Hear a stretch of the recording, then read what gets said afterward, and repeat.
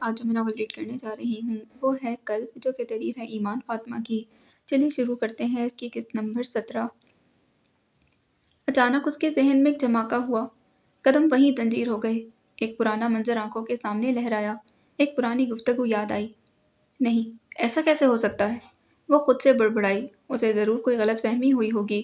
اس نے سوچتے ہوئے خود کو تسلی دی، پھر فون اٹھا کر اس پر ایک نمبر ڈائل کیا۔ دوسری طرف بیل جا رہی تھی۔ وہ فون کان سے لگائے بیڈ کے کنارے ٹک کر بیٹھ گئی تھی۔ ہیلو زویا، کیا ہوا؟ سب کچھ ٹھیک تو ہے؟ دوسری جانب سے عمیر کی پریشان سی آواز سنائی دی۔ کہاں ہو اس وقت؟ مجھے تم سے ملنا ہے عمیر، زویا نے اس کے سوالوں کو نظر انداز کرتے کہا۔ ابھی؟ ہاں ابھی۔ کچھ دیر دوسری طرف خاموشی چھائی رہی۔ اوکے، میں آ جاتا ہوں۔ نہیں، تم یہاں مت آنا، میں آتی ہوں تمہارے گھر، زویا نے کہتے فون کاٹ دیا تھا۔ دل میں دعا کی کہ جیسا وہ سوچ رہی تھی ویسا کچھ نہ ہو۔ اس نے پورے گھر میں مہرین کو تلاش کیا مگر وہ کہیں نظر نہیں آئی تھی۔ پھر وہ کچھ سوچتے ہوئے ٹیرس پر آ گیا۔ توقع کے عین مطابق وہ وہیں گھٹنوں میں سر دیے بیٹھی تھی، یقیناً رو رہی تھی۔ وہ گہرا سانس بھرتا اس کے عقب میں آ بیٹھا۔ تم یہاں ہو اور میں تمہیں پورے گھر میں ڈھونڈتا پھر رہا ہوں، معاذ نے بولتے ہوئے اپنی آمد کا احساس دلایا۔ مہرین نے ذرا سا سر اٹھا کر اسے دیکھا۔ میں بس تھوڑی دیر تازہ ہوا لینے آئی تھی، اس نے آنکھیں رگڑتے کہا۔ معاذ نے گہرا سانس لیتے اسے بازوؤں کے حلقے میں لیتے اپنے ساتھ لگایا۔ مہرین کی آنکھوں سے ایک بار پھر آنسو بہنے لگے۔ معاذ، رندائی ہوئی آواز، ہمارے ساتھ ہی ایسا کیوں ہوا ہے؟ یہ سوال وہ اکثر اس سے پوچھا کرتی تھی اور اس کا وہ جواب نہیں جانتا تھا۔ آئی ایم سوری، معاذ نے اس کے بالوں پر تھوڑی رکھ کے ہمیشہ کی طرح ایک ہی جواب دیا۔ مہرین کتنی دیر اس کے سینے میں سر دیے بیٹھی رہی اور وہ خاموشی سے اس کے بال سہلاتا رہا۔ گاڑی اس بڑے سے گھر کے باہر آ کر رکی تو فرنٹ سیٹ پر بیٹھی زویا نے ایک بھرپور نگاہ اس پر ڈالی تھی۔ وہ پہلے کتنی ہی دفعہ یہاں آ چکی تھی مگر آج یوں محسوس ہو رہا تھا جیسے وہ یہاں پہلی بار آئی ہو۔ Are you sure Zoya? اکیلے اندر جانا سیف ہوگا؟ تم کہو تو میں تمہارے ساتھ چلتا ہوں۔ عمیر نے اسٹیئرنگ پر ہاتھ جمائے پیشکش کی۔ زویا نے نفی میں سر ہلایا۔ نہیں، میں سنبھال لوں گی، وہ کہتے ہوئے گاڑی سے باہر نکل گئی۔ اس نے گیٹ پر پہنچ کر بیل بجائی تو کچھ دیر میں ہی ملازم نے آ کر دروازہ کھولا۔ وہ گھر کے اندر چلی آئی۔ عمیر نے رسٹ واچ پر ٹائم دیکھتے سیٹ کی پشت سے سر ٹکا دیا۔ اب اسے یہیں بیٹھ کر زویا کی واپسی کا انتظار کرنا تھا۔ وہ گھر میں داخل ہوئی تو سامنے ہی لاؤنج میں یشفا کی ماں نگین بیگم بیٹھی تھیں۔ زویا نے انہیں سلام کرنے کے بعد یشفا کے متعلق پوچھا تو انہوں نے بتایا کہ وہ اپنے کمرے میں تھی۔ انہوں نے ملازم کو بھیج کر یشفا کو بلانے بھیجا مگر زویا نے انہیں روک دیا۔ نہیں آنٹی، میں اس کے کمرے میں ہی چلی جاتی ہوں، کچھ ضروری بات کرنی ہے اس سے۔ نگین بیگم نے سر اٹھایا تھا، وہ یشفا کے کمرے کی طرف چلی آئی۔ نگین بیگم نے سر ہلایا، وہ یشفا کے کمرے کی طرف چلی آئی۔ یشفا اپنے کمرے میں بیٹھی کوئی کتاب پڑھنے میں مصروف تھی جب دروازے پر ہلکی دستک ہوئی۔ وہ کتاب بیڈ پر رکھتی کھڑی ہوئی اور دروازہ کھولا۔ سامنے زویا کو دیکھ کر چہرے پر سایہ سا لہرایا مگر اگلے ہی لمحے سنبھل گئی۔ زویا، وہ مسکرائی اور اسے گلے لگا لیا۔ ماتھے پر شکنیں پڑ گئیں۔ زویا کبھی بھی بنا اطلاع کیے اس کے گھر نہیں آتی تھی، پھر آج وہ اسے لیے بیڈ پر آ بیٹھی۔ زویا ابھی تک خاموش تھی۔ تمہاری طبیعت کیسی ہے اب؟ یشفا نے بغور اس کا چہرہ دیکھا جیسے کچھ پڑھنا چاہ رہی ہو۔ زویا نے جواب نہیں دیا۔ اس کی نظریں اپنے ہاتھوں پر تھیں۔ یشفا کے ماتھے پر بل پڑے، اسے کسی بات کا شک گزرا اور زویا کے اگلے الفاظ نے اس کے شک کو یقین میں بدل دیا۔ تم نے ایسا کیوں کیا یشفا؟ میں نے تمہیں اپنی بہن کی طرح سمجھا تھا۔ اس کی نگاہوں میں شکوہ تھا۔ کیا کہہ رہی ہو زویا؟ تم اچھی طرح جانتی ہو۔ زویا کی آواز قدرے بلند ہوئی۔ یشفا نے لب بھینچے، پھر گہرا سانس خارج کرتے ہوئے کھڑی ہوئی۔ چلو، یہ تو بہت اچھا ہوا تمہیں پتہ چل گیا، اب مجھے مزید ایکٹنگ نہیں کرنا پڑے گی۔ اس نے مسکراتے ہوئے ہاتھ جھاڑے۔ زویا اسے دیکھ کر رہ گئی۔ یہ انداز، یہ وہ یشفا تو نہیں تھی جسے وہ اتنے عرصے سے جانتی تھی۔ یہ تو کوئی اور ہی یشفا تھی۔ کیوں کیا تم نے یہ سب؟ تم یہاں آنے سے پہلے یقیناً چھان بین تو کر کے ہی آئی ہوگی، اور میں نے یہ کیوں کیا یقیناً وہ بھی جانتی ہوگی۔ یشفا نے سینے پر بازو لپیٹے، ایبرو اچکایا۔ زویا نے اس بات میں سر ہلایا۔ میں جانتی ہوں، پھر بھی تمہارے منہ سے سننا چاہتی ہوں۔ وہ ابھی تک اس بات پر یقین نہیں کر پا رہی تھی، حالانکہ کچھ دیر پہلے عمیر کے گھر پر وہ جو کچھ سن کر اور دیکھ کر آئی تھی اس کے بعد شک کی کوئی گنجائش نہیں بچتی تھی۔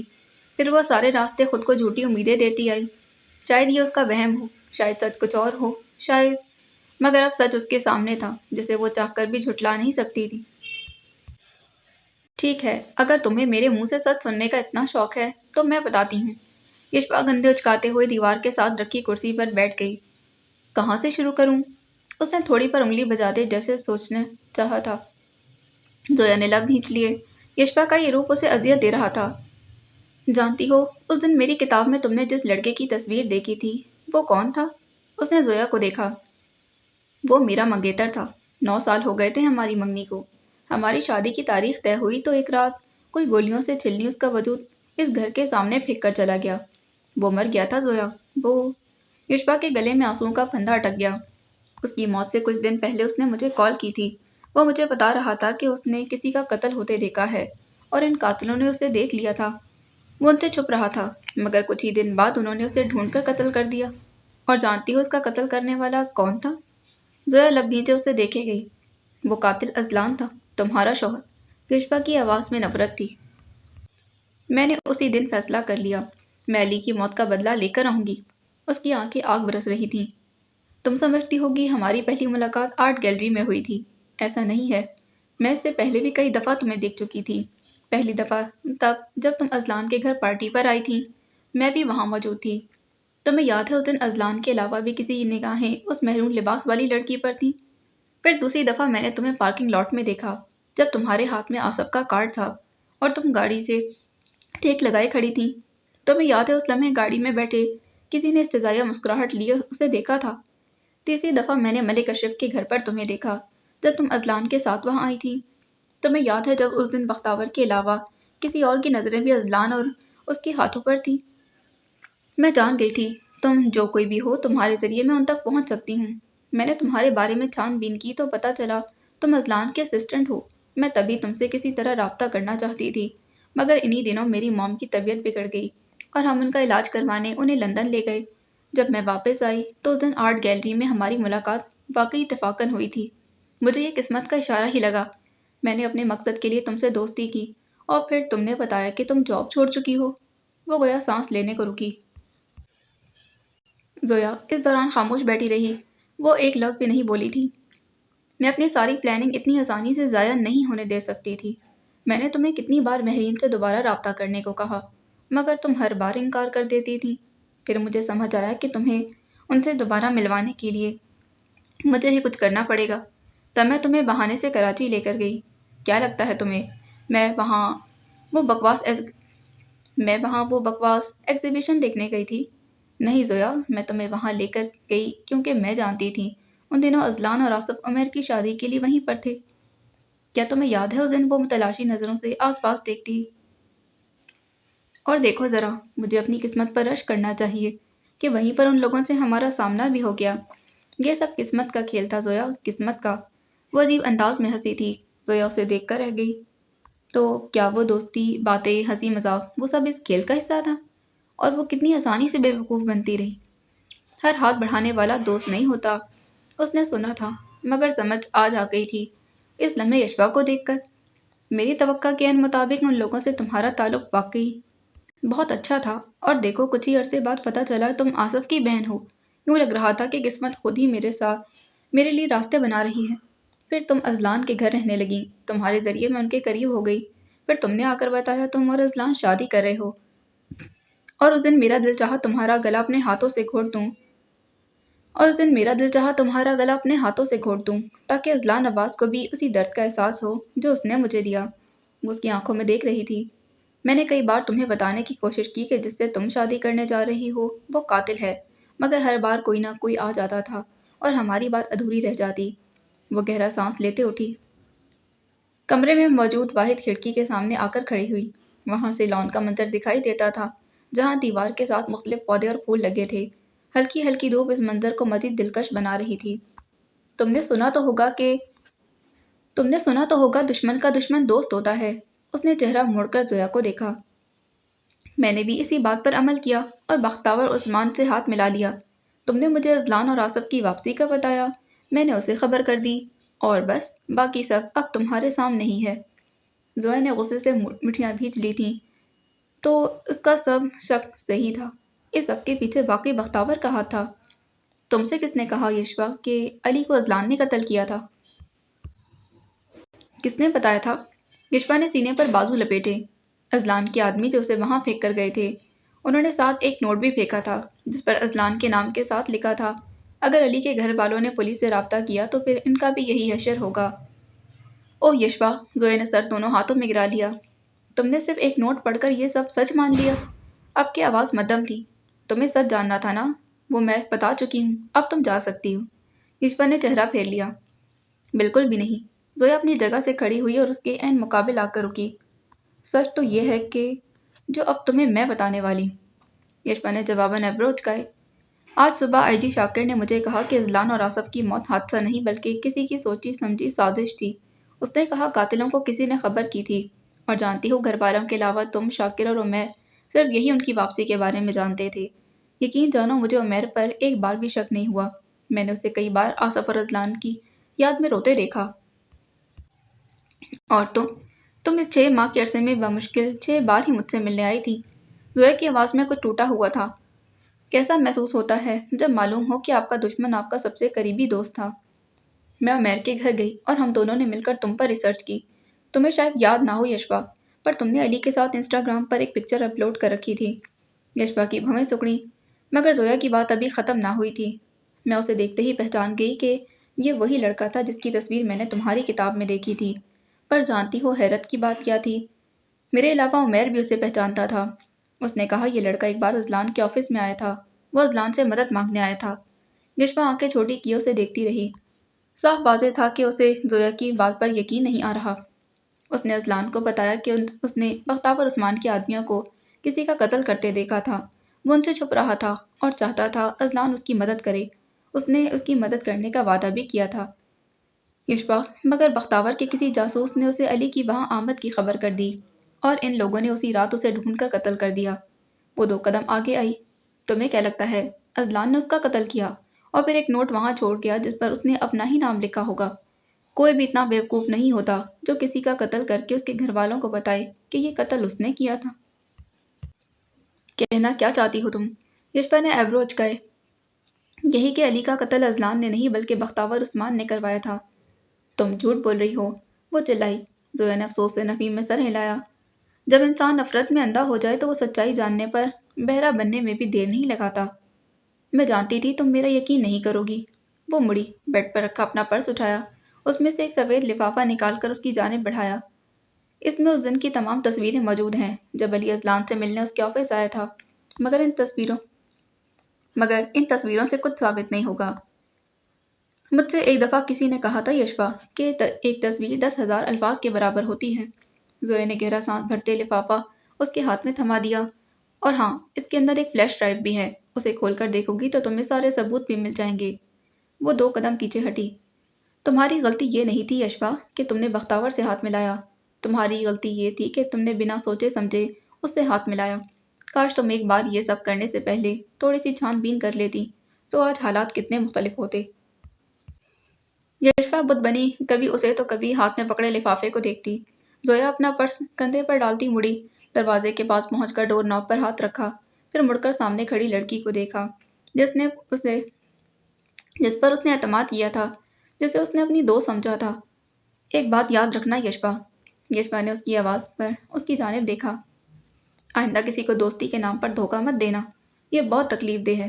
دشمن ہمارے ساتھ برا کرے تو ہم سہ لیتے ہیں، پر اگر دوست برا کرے تو برداشت نہیں ہوتا۔ مجھے ہمیشہ دکھ رہے گا، میں نے آج ایک بہترین دوست کھو دیا، اور اس بات کی خوشی بھی ہوگی کہ ایک مکار اور دھوکے باز انسان کا چہرہ میرے سامنے آ گیا۔ اس نے ایک آخری نگاہ بت بنی یشوا پر ڈالی اور پلٹ کر کمرے کے باہر چلی گئی۔ اس کے جاتے ہی یشوا نے تیزی سے لفافہ کھولا۔ اندر موجود تصویروں کو وہ جیسے تیسے دکھ رہی تھی، اس کے چہرے کی رنگت نچڑتی جا رہی تھی۔ علی اذلان کے ساتھ چلتا آفس سے باہر نکل رہا تھا۔ اذلان نے اس کے کندھوں پر بازو پھیلا رکھا تھا اور علی مسکرا رہا تھا۔ ایک تصویر میں وہ ایک دوسرے سے گلے مل رہے تھے۔ تصویریں یشوا کے ہاتھ سے چھوٹ کر فرش پر جا گریں۔ اسے ایک دم گھٹن کا احساس ہونے لگا۔ نہیں، ان تصویروں سے کچھ ثابت نہیں ہوتا، اس نے خود کو یقین دلایا۔ تبھی اس کی نظر فلیش ڈرائیو پر پڑی۔ اس نے فلیش ڈرائیو اٹھا کر اپنے لیپ ٹاپ سے کنیکٹ کی۔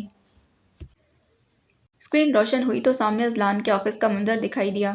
اذلان ریوالونگ چیئر پر بیٹھا تھا، اس کے مقابل کرسی پر علی اور اس کے ساتھ عمیر تھا۔ علی اذلان سے واقعی مدد مانگنے آیا تھا۔ یشوا ان کی گفتگو سن رہی تھی اور جیسے جیسے سنتی جا رہی تھی دل پر ایک بھاری بوجھ پڑتا جا رہا تھا۔ زویا کی باتیں سچ تھیں، اسے بیوقوف بنایا گیا تھا۔ وہ زویا کو دھوکہ دے رہی تھی، اس بات سے انجان کہ اس کے ساتھ ہی دھوکہ ہو رہا تھا۔ اس نے زویا کو استعمال کیا اور بختاور نے اسے یشبا کی آنکھوں میں بے اختیار آنسو آ گئے۔ یہ اس نے کیا کر دیا تھا؟ بنا سوچے سمجھے اتنا بڑا گناہ سرزد کر بیٹھی۔ وہ روتے ہوئے فرش پر بیٹھتی چلی گئی۔ اس کے ہاتھ کپ کپانے لگے تھے۔ ہر گزرتے لمحے کے ساتھ اس کا دل مٹھی میں جگڑ رہا تھا۔ زویا گاڑی میں آ کر بیٹھی تو اس کی آنکھیں نم تھیں۔ عمیر نے اس سے کوئی سوال نہیں کیا تھا، بس خاموشی سے گاڑی سٹارٹ کر کے سڑک پر ڈال دی۔ وہ خاموشی سے سڑک پار دوڑتے درختوں کو دیکھتی رہی۔ ذہن میں آصف کی باتیں گھومنے لگیں۔ وہ ضرور یشبا کے بارے میں مشکوک تھا، اسی لیے اس کے متعلق سوال کرتا تھا، اور وہ کتنی بیوقوف تھی، اتنے عرصے تک یشبا کی جھوٹی باتوں میں آتی رہی۔ کاش وہ اس کا سچ پہلے ہی جان جاتی تو آج سب کچھ کتنا مختلف ہوتا۔ کاش وہ یشبا کو ان سب کی زندگی میں نہ لاتی، مگر کاش بھی صرف کاش ہی بن کر رہ جاتے ہیں۔ وہ گھر کے قریب پہنچے تو اس نے عمیر کو اپنے اور یشبا کے درمیان ہونے والی ساری گفتگو کے متعلق بتا دیا۔ میں اور آئی جی سب سنبھال لیں گے، تم فکر مت کرو، عمیر نے اسے تسلی دی۔ شام کو مہرین ان کے گھر آئی تو اس نے نوٹ کیا زویا آج پہلے سے زیادہ ڈسٹرب لگ رہی تھی، مگر گھر والوں کے سامنے وہ آج بھی اپنے چہرے پر خول چڑھائے ہوئے تھی۔ بہت دنوں بعد سب نے مل کر ایک ساتھ کھانا کھایا۔ سب نے اس دوران ٹیبل کی گرد پڑی خالی کرسیوں کو نظر انداز کرنے کی کوشش کی، مگر کر نہیں پائے تھے۔ بہت سی یادیں، بہت سے زخم پھر تازہ ہو گئے تھے۔ مہرین وقتاً فوقتاً فضیلہ بیگم سے باتیں کرتی رہی، وہ بس ہوں ہاں میں جواب دیتی رہی۔ رات کو ان کے سونے کے بعد وہ زویا کو ڈھونڈتے کچن میں آ گئی تھی۔ وہ کاؤنٹر کے پاس کھڑی تھی، وہ سامنے پڑے خالی کپ کو جانے کب سے گھور رہی تھی، اپنی سوچوں میں اس قدر مگن کہ مہرین کی آمد کا احساس بھی نہ ہوا۔ زویا، مہرین نے اس کے کندھے پر ہاتھ رکھا تو چونکی۔ کیا ہوا؟ کچھ نہیں، بس چائے بنانے آئی تھی۔ زویا نے اس کی طرف دیکھے بغیر کٹلی اٹھا لی تھی۔ تم بتاؤ، چائے پیو گی؟ زویا، مہرین نے اسے کندھے سے تھام کر اس کا چہرہ اپنی جانب موڑا۔ کیا ہوا ہے؟ کوئی بات ہے تو تم مجھے بتا سکتی ہو۔ زویا نے نظر اٹھا کر اسے دیکھا، اس کی آنکھیں شدت ضبط سے سرخ ہو رہی تھیں۔ مہرو، وہ اس کے گلے میں آنسوؤں کا پھندا اٹک گیا۔ مہرین اسے لیے کاؤنٹر کے پاس رکھی کرسیوں پر آ بیٹھی۔ یہ سب میری وجہ سے ہوا ہے مہرو، نہ میں یشوا کو ہم سب کی زندگیوں میں لاتی نہ یہ سب ہوتا۔ کیا کہہ رہی ہو کہ کیا کیا ہے یشوا نے؟ وہ پریشان ہوئی۔ زویا نے اسے ساری حقیقت بتائی تو کتنی ہی دیر شوق کے عالم میں بیٹھی رہی تھی۔ پھر زویا کا ہاتھ اپنے ہاتھوں میں لیا۔ اس میں تمہاری کوئی غلطی نہیں زویا، تم نے اسے دوست سمجھا تھا، دھوکہ اس نے تمہیں دیا، تمہارا اس سب میں کوئی قصور نہیں، خود کو بلیم مت کرو، سنا تم نے؟ زویا نے لب بھیجے اس بات میں سر ہلایا، مگر اندر کا گلٹ ابھی ختم نہیں ہوا تھا۔ اس کے کمرے میں بس لیمپ کی ہلکی ہلکی روشنی پھیلی ہوئی تھی۔ وہ فرش پر بیڈ کی پائنتی سے ٹیک لگائے بیٹھی تھی۔ اس کے ہاتھوں میں ازلان کی جیکٹ تھی جسے اس نے اپنے ساتھ لگا رکھا تھا۔ فرش پر ایک چھوٹا سا لکڑی کا باکس کھلا پڑا تھا، اس میں کاغذ کے کچھ فولڈ کیے ہوئے ٹکڑے تھے۔ اسے یاد تھا ایک دن ازلان کی الماری سیٹ کرتے اسے یہ باکس ملا تھا۔ ازلان صوفے پر بیٹھا تھا اور سامنے لیپ ٹاپ کھول رکھا تھا۔ زویا وہ باکس لیے اس کے پاس آئی۔ اس میں کیا ہے؟ اس نے باکس اس کے سامنے لہرایا۔ ازلان کی نظریں باکس سے ہوتے اس کے چہرے تک گئیں۔ کھول کر دیکھ لو۔ وہ مسکرایا، اور اس کی مسکراہٹ نے آج بھی سامنے کھڑی لڑکی کی دھڑکنوں کی رفتار بڑھا دی تھی۔ اس نے سر جھٹکتے باکس کھولا اور اس میں رکھے کاغذوں میں سے ایک اٹھا کر کھولا۔ اگلے ہی لمحے اس کا سانس رک گیا۔